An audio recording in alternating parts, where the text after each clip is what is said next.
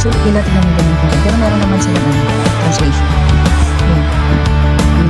Ganyan.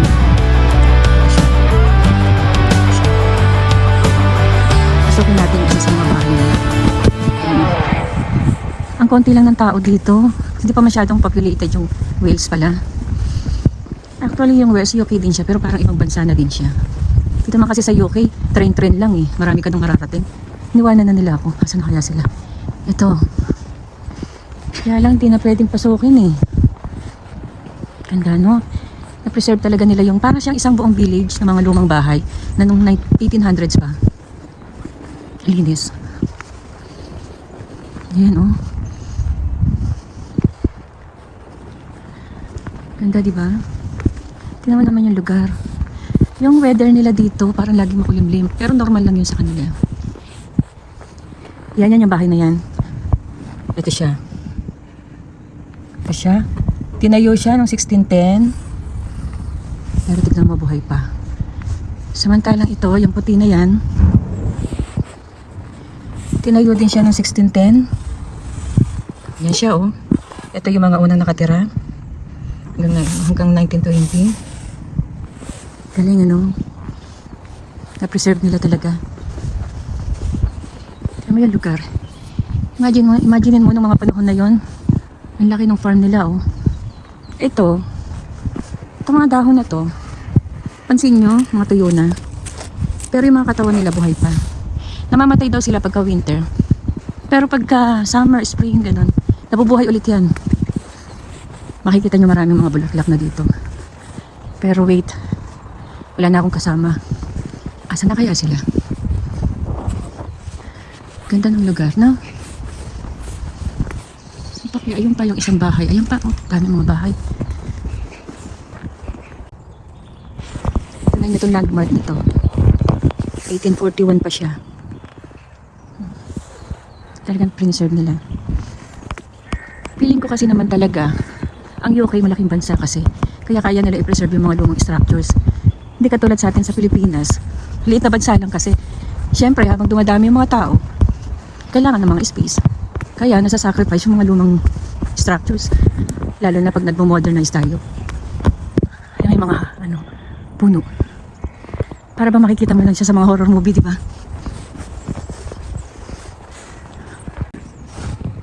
Papasukin namin tong bahay na to. Tingnan natin kung ano yung nasa loob.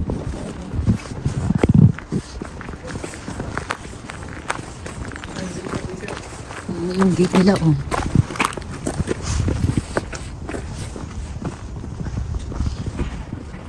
Original pa.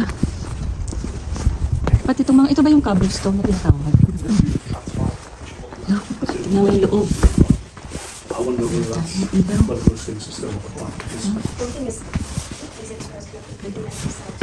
Ito yung kitchen nila. Katang ilaw. Parang ang yun niluluto ka. Imagine mo, nung araw may nakaupo dyan. May nagluluto dito. Basta kasi, una ko sa'yo.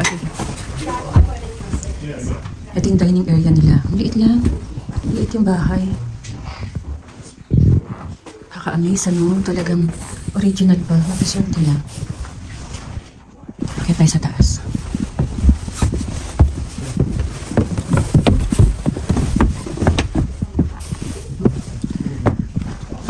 May crib. Hindi kita kasi madilim. Liit ng kama.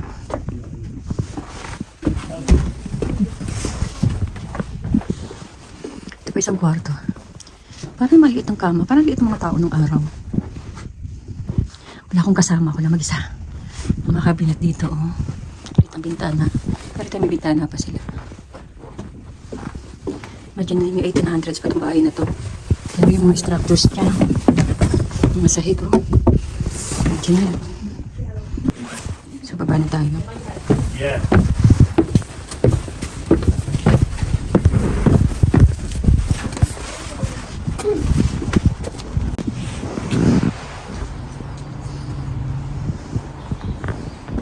Ito yung labas. Labas na tayo. May mga Mga original pa daw yan. Mga hagdanan, oh.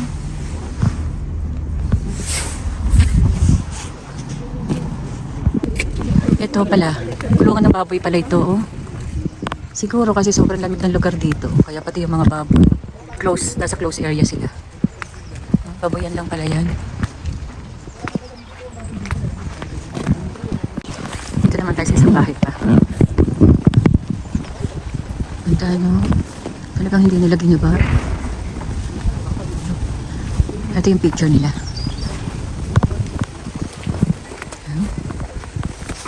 Tingnan nyo yan. Tinayo siya noong 1852. Ito siya. Ito yung mga tumira. So, pasukin natin. Tignan muna natin kung ano to.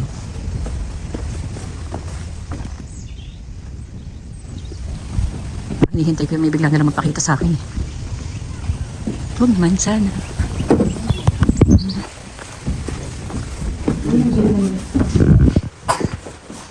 Apoy talaga sila. Ha? Ayun. Ito mo dahil sobrang lamig dito. Kaya totoong apoy. Ano pala to? Ano to? Parang rice mill? Ganon? Rice mill nila? Ang araw. Sila nagtatrabaho ng araw. Oh. Parang gilingan ng ano? Galapong sa atin. Tapos ano ka natin? Kaalam para saan ta? Baka pagbukas ng pintura na yan. So, may hagdanan pa dito. Yun yung daanan. Doon. Timbangan siguro nila itong mga anin. Kasi tayo.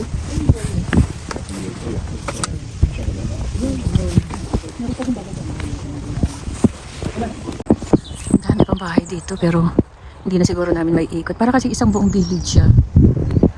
Galing ano, talagang preserve nila. Favorite word ko ngayon yung preserve. Kasi nakaka-amaze para ano nila itong ganitong lugar. Siguro nga kasi malaki itong Wales. Kaya nilang hindi i-sacrifice yung mga historical buildings sila. Historical site. Sana pwede rin tayo pumasok dyan. Ito pasukin din. Pwede. Ganda. Pasukin natin ito. Hindi pwede pasukin? Praso lang. Hindi. Mga ano. Sira na yung buong. Nakasukin. Ang parang bagay ka itong area na ito. Baka ako eh. Oh.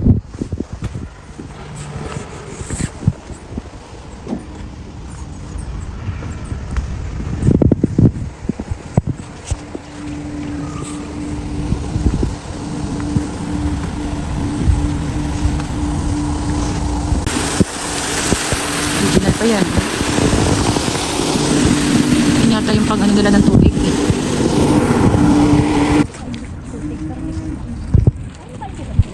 Yung ano, wala na yung ibon nakatungtong sa baboy. Ito pa.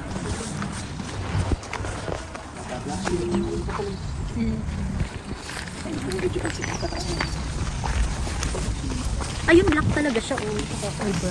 Black sheep eh. Ito yung Baba Black Sheep, oh. Ay, lambot.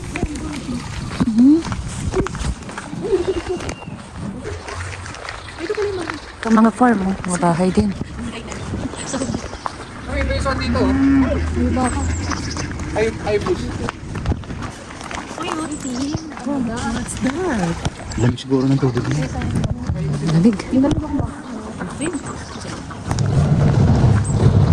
So, nung araw pala talaga, may mga alaga ng mga ano, hayop sila. Siguro mayaman yung may-ari nitong bahay na to, yan. Yan. Kasi meron siyang mga ano, kulungan. Kulungan siguro ng kabayo, baka. Hmm? Parang stable. Silipin natin to. Hindi pwedeng buksan eh. Tingnan natin kung makukunan sa bintana. Kami mga daanan nila, mga original pa daw yan. Oh. Ayan siya.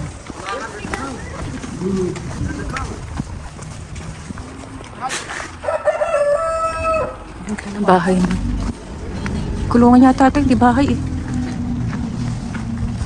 Ito, pwede pumasok dito. Pasukin natin. Baho?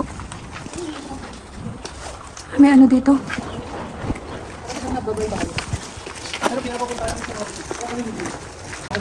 Ito, bahay pa rin. Ang putik. Masuk tayo ng ano.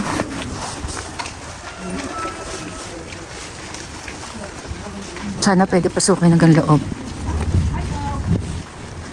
Ito, oh. Tingnan pa.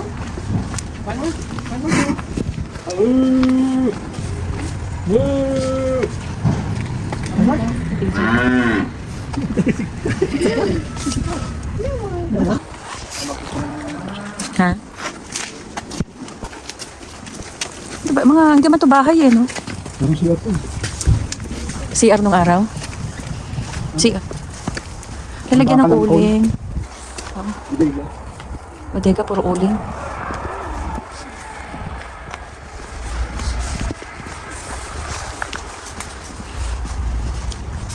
Si Claire, walang kasama. Saan na tayo luulis? Ito CR.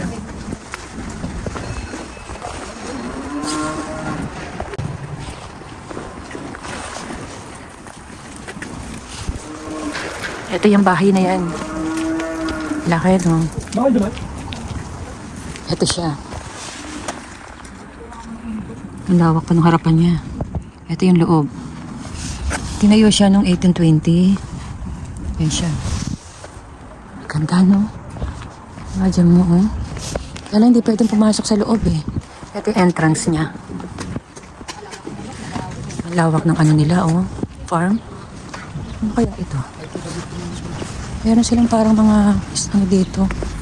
Source ng water. Siguro ng araw malinaw yan. Ganda ng lugar. Ikaw may nakasilip dyan. Araw nandito sila.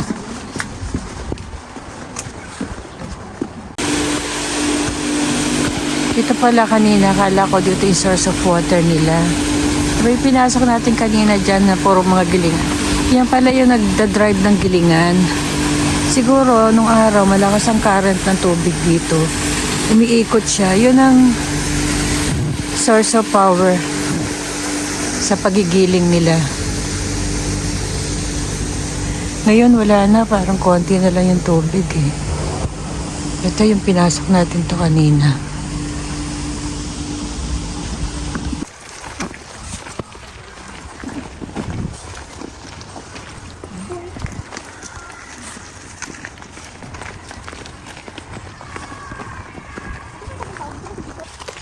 Yan yung bahay. Papasukin natin. Ito siya nung araw. Ayan siya. Look, tinayo siya ng 1508. Hmm? Ano naman? Pasukin natin, ha? Grabe, no?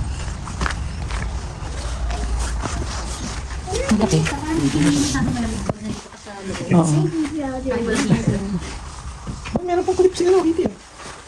Ito yata para sa gitna sila nagluluto, eh, no? Libingan yan. Ha? Libingan. Ah, libingan?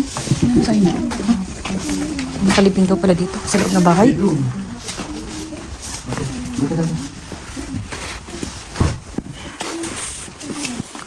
Ito yung bedroom. Kumakanta pa eh. Dami pa rin palabas. Ito yung kwarto nila. Dito. May nakalibing sa gitna ng bahay nila. Siguro dito yung kitchen. Tignan nyo, oh. Mga original pa daw yan.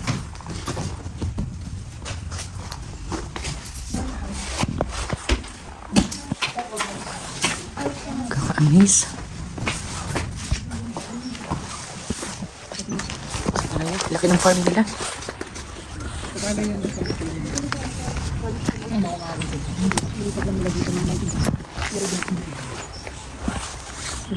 lahat galing ano.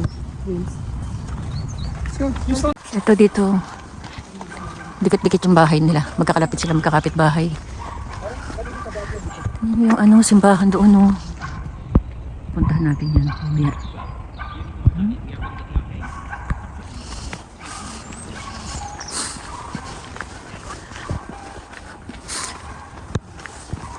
Daming mga lumang bahay pa talaga. Yung iba, sobrang tagal na. Yung isa nga, 15, yung last na pinuntahan natin, 1508. Imagine nyo, hindi pa nadidiscover ni Magellan yung Philippines, bahay na siya. Grabe, no? Ito naman.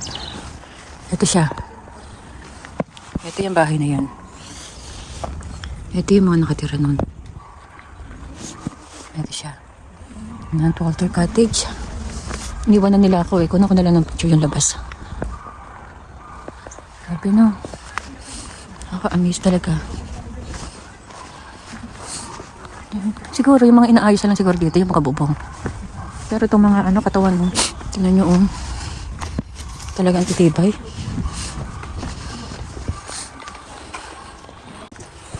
Ito naman siya.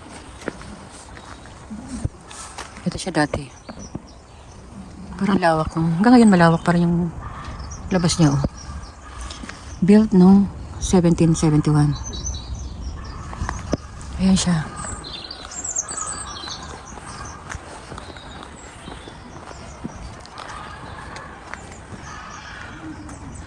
Hindi ba kasi nakasulat eh. Ito ano? Ang lawak talaga ng mga bakuran pa nila noon. Ito naman, itong bahay na to, greenhouse. Tailoring. Tailoring siya. Ito yung may-ari niyan. Ito siya. Itong tailor shop noong 1896. Year nung namatay si Rizal. Ito may post office nila. Ito yung post office nila nung araw. Ito siya. Ito. Yan yung katabi niya, oh. Diba? Buhay pa. Pero 1936 na siya. Medyo modern na.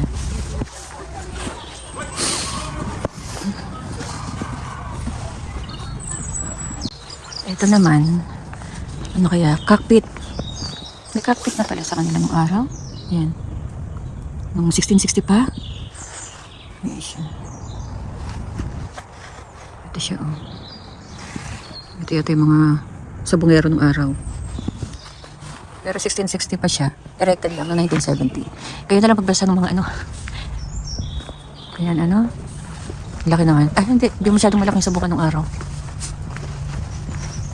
Pero ang lawak niya. Ikutin natin. Saan kaya entrance nito?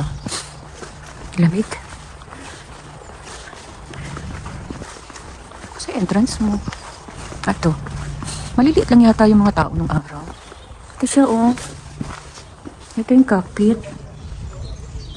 Diyan ang mga nagsasabong. Dito yung mga sabongero. Konti lang. Maliit lang siya. Ang liit ang pintuan. Maliit lang ba yung mga wells ng araw? Kahit yung kama nila, ang liit eh. Naakyat ko sa isa sa bahay.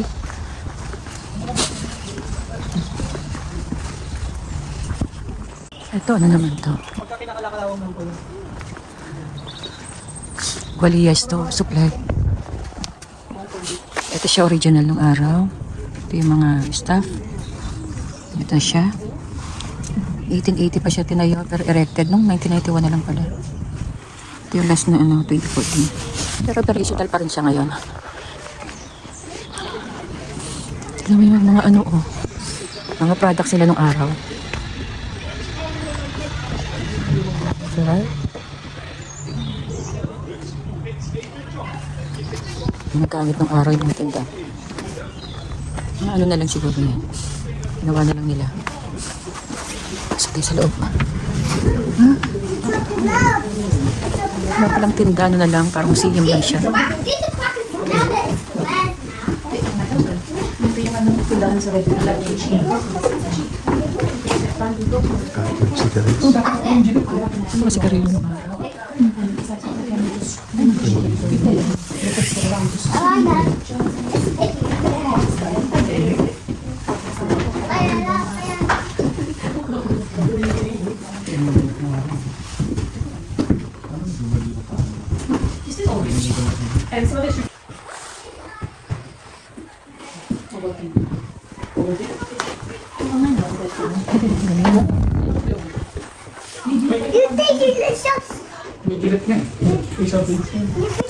Production na lang yung mga nakikita natin.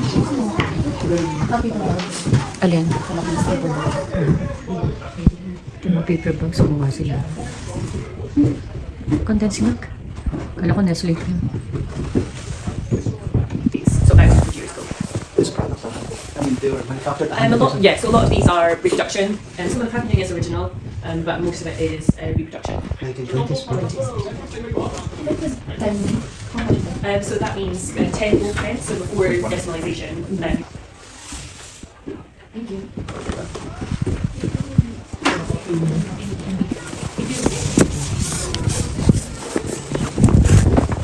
May tindera, wala naman tinitinda.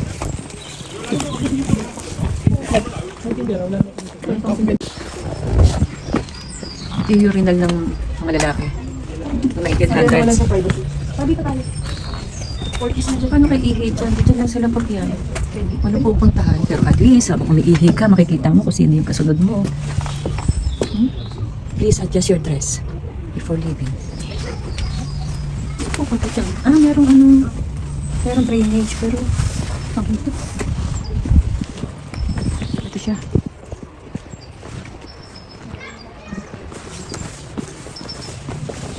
Ito yung mga umiihi ng araw. 1900 pa siya. Ito naman yung hotel. Tingnan natin itsura niya ng araw. Wala siyang front view. Pero, may daanan pala ng train dito ng araw. Ayan siya. Ito lang siya. Side lang siya. The Vulcan Hotel. Construction date 1840s. Ayan siya. Tingnan niyo yung sulat nila. Iba na yung salita dito sa Wales eh. Walang halos, walang halos bawal. Ito siya. Vulcan Hotel. Hindi yata siya pwedeng pumasok. Tingnan ka, takta ka na doon. Tingnan lang, sahod na. Ito ang mga kalbutan ko.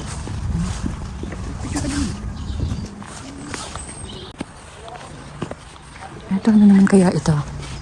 Tingnan natin kung ano siya. Kala ko simbahan siya. Hindi pala. Hindi pwedeng pumasok.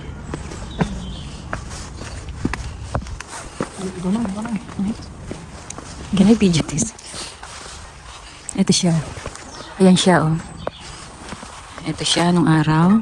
Ito yung mga tao nung araw. Na-rebuild pala siya nung 1992 to 1995. Pero tinayo siya nung 1916. Ayan siya. Ganda, no? Hindi siya simbahan. Kala ko simbahan. Ano naman yung gate niya?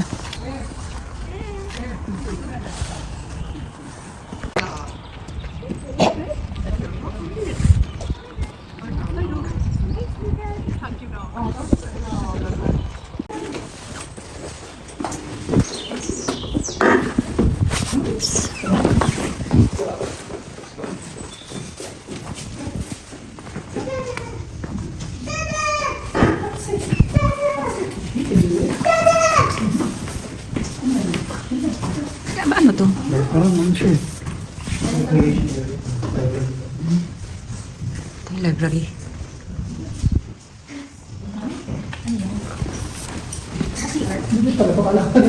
CR? Opo. Sama sana ako ka. Nagkala ko bibidyo. Ikot lang. Wala, ikot na. Ang CR.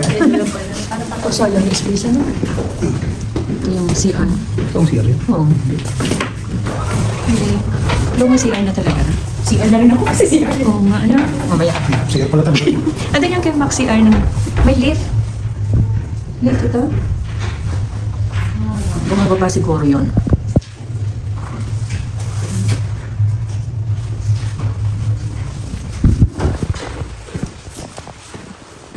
Dito tayo sa taas.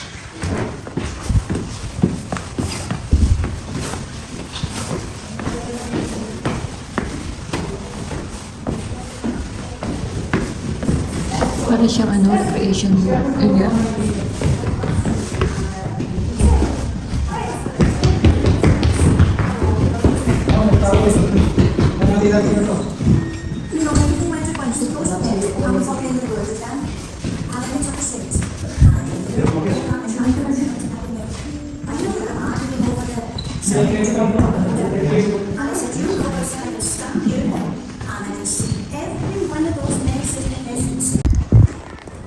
Ito naman, hindi ko alam kung ano siya. Granny kiln. Nagawa ng pottery. Ito siya nung araw. 1900 siya tinayo. Siguro niluluto yung mga pasok, mga pot.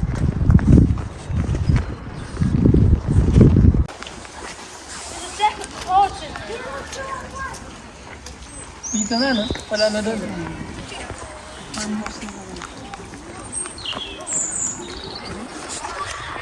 Pasokin natin tong bahay na to.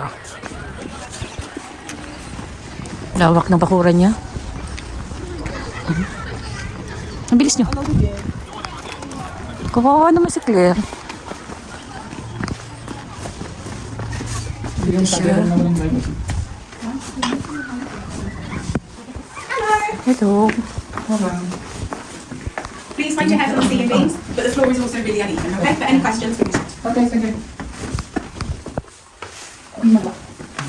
Kabitin. Kabiti yung manok. Anong tawag dyan? Ito yung kitchen nila. Pesang? Tawag dyan, pesang.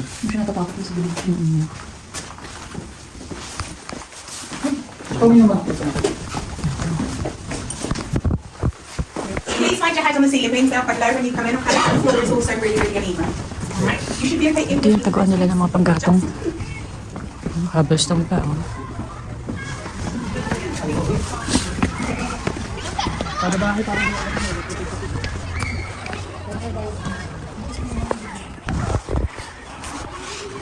Ito siya.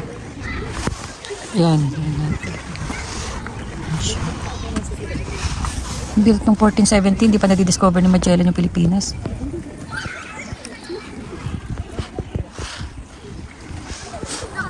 Okay, no? Ang lawak dito, hindi na carry. Libutin pa yung ibang bahay. Dami pa, oh. Mga lumang bahay talaga. Kita nyo. Hindi na kayang ikutin pa. Next time na lang, kung makakabalik pa. Grabe lamig dito. Sobra. Yung mga pinapasok nating bahay, kasi yung ibang bahay dito, parang design na lang yung fireplace. Wala nang talagang fireplace, puro heater pa. Eh dahil nga sa mga lumang bahay na itong mga to, nakita nyo yun, umuusok pa. Oh. Kaya umuusok pa. Mga totoong fireplace pa talaga yung ginagawa nila. Nag-ano pa sila ng kahoy. So ito, oh. Kaya lang ruined na siya. Ruined na. Ito siya dati. At ganun pala talaga itsura niya rin noon. Hay shed. Built noong 1870. Pero nirebuilt noong 1977. Ayan siya. Ito yung mga tubo. Ito yung mga puno. Oh. Kala mo, yung mga tuktok nila, kala mo tinrim talaga. Pero hindi. Mga wala silang kadahon-dahon. Pero pagka tapos ng winter, nag-summer na, nag-spring na, magiging madahon na ulit yan. Ganda talaga ng ano, no, yung nature. Alam nila pagka summer, so magkakaroon ng maraming dahon yan. In time, para sa summer, na hindi may initan yung mga tao. Ganyan siya. Tataas ang puno dito. Ang lamig.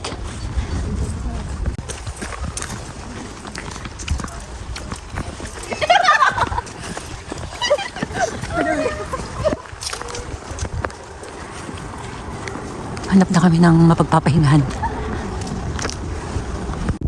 So, lalabas na kami. Hindi na namin kayang puntahan pa yung mga ibang bahay. Chapel pala yan. Kinundan ko ng ano, yung history niya. Hindi ko nabasa ni Chapel. So, sorry. Pagpasok ko, tagtanong pa ako kung ano. So, ito na. Mayroong playground para sa mga bata pero medyo extreme. Siguro sa mga 10 years old na yan pwede. nice experience. And, bukas may pupuntahan din daw kami kasi naman. Ganda, diba? Yun pa yung mga ibang houses, so hindi namin napuntahan. Dami pa niya eh. Hindi na-carry ng powers. Masyado siyang ano. Kasi isang village talaga siya. Imagine mo, para siyang isang gold lane yung subdivision namin. Bye. Bye villages. Bye all villages. Bye all houses. Bye. Bye pa dito. Sa labas, grabe lamig eh. Oops. Balik ka sa ba?